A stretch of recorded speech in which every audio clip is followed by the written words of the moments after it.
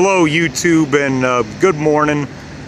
There's been another story about the arcade.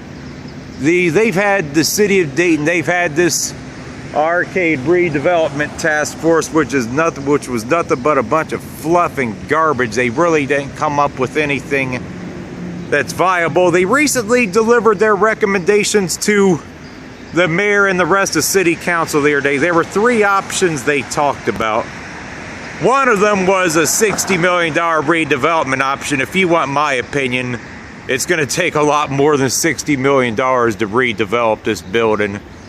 As far as the reasons why, I've covered this in a few other videos, so I'm not going to really discuss that reason. I mean, I'll just provide a link to my last video where I talked about what I think, how much it's going to cost, but I think it's going to be closer to $100 billion. And the other option they brought up was a $12 million demolition.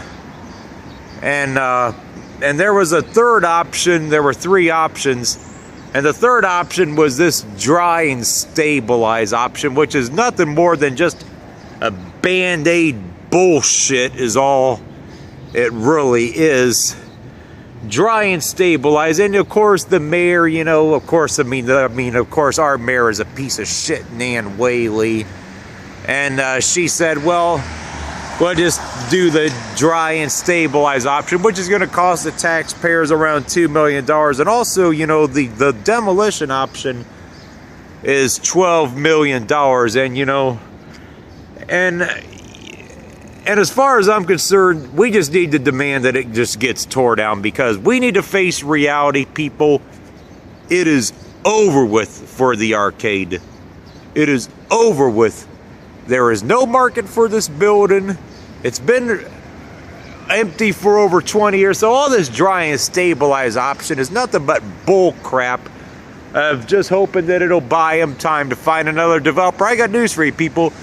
This building's been vacant since the early 90s, so around 25 years. There is no market or developer that's going to come in here and that is going to spend the amount of money that is going to be required to fix it up. So, this building was once a very glorious part of Dayton, but it's just time to face reality and realize that it needs to come down. And as far as what they can put in here, I really don't know what they can put in here, because you have all these big office buildings. This building I'm standing behind, the Fourth Center City building, that was a video of mine from a while back where I showed the inside of it. And with this part of downtown, all these office buildings, what they tried over by Fifth Third Field would clearly not be, applicable here as far as, the townhouses, because you're surrounded by skyscrapers. So if they ever did build something here, it would probably be some kind of old luxury high-rise in its place, because these office buildings, there's so many of these office buildings that are very empty downtown, and most of them have an extremely high vacancy rate, like this one right here, the Fourth Center City building, which I did a video on that, and that's got like an 80 or 90% vacancy rate. So that option's is not realistic either. So so there's no fool in their right mind is going to build another office building in downtown Dayton with that much vacancy, when they can probably just do something with this and buy that and turn that into high-rise apartments, which we really don't need. But that's really the only other option. But we just need to face reality in regards to this arcade, that it's over with. And one thing I would be very curious to get the opinion of fellow Daytonians, especially those that live within the city limits like myself.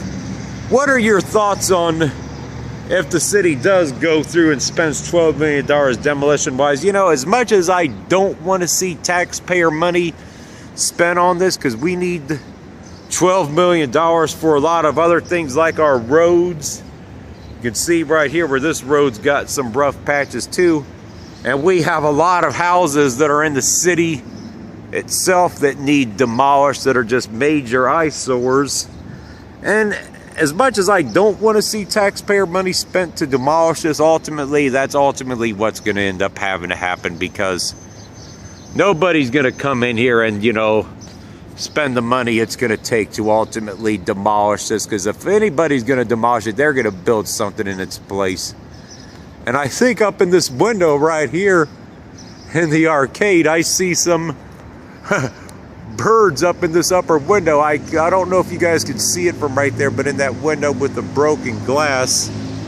But ultimately, this building's ultimately going to end up having to come down.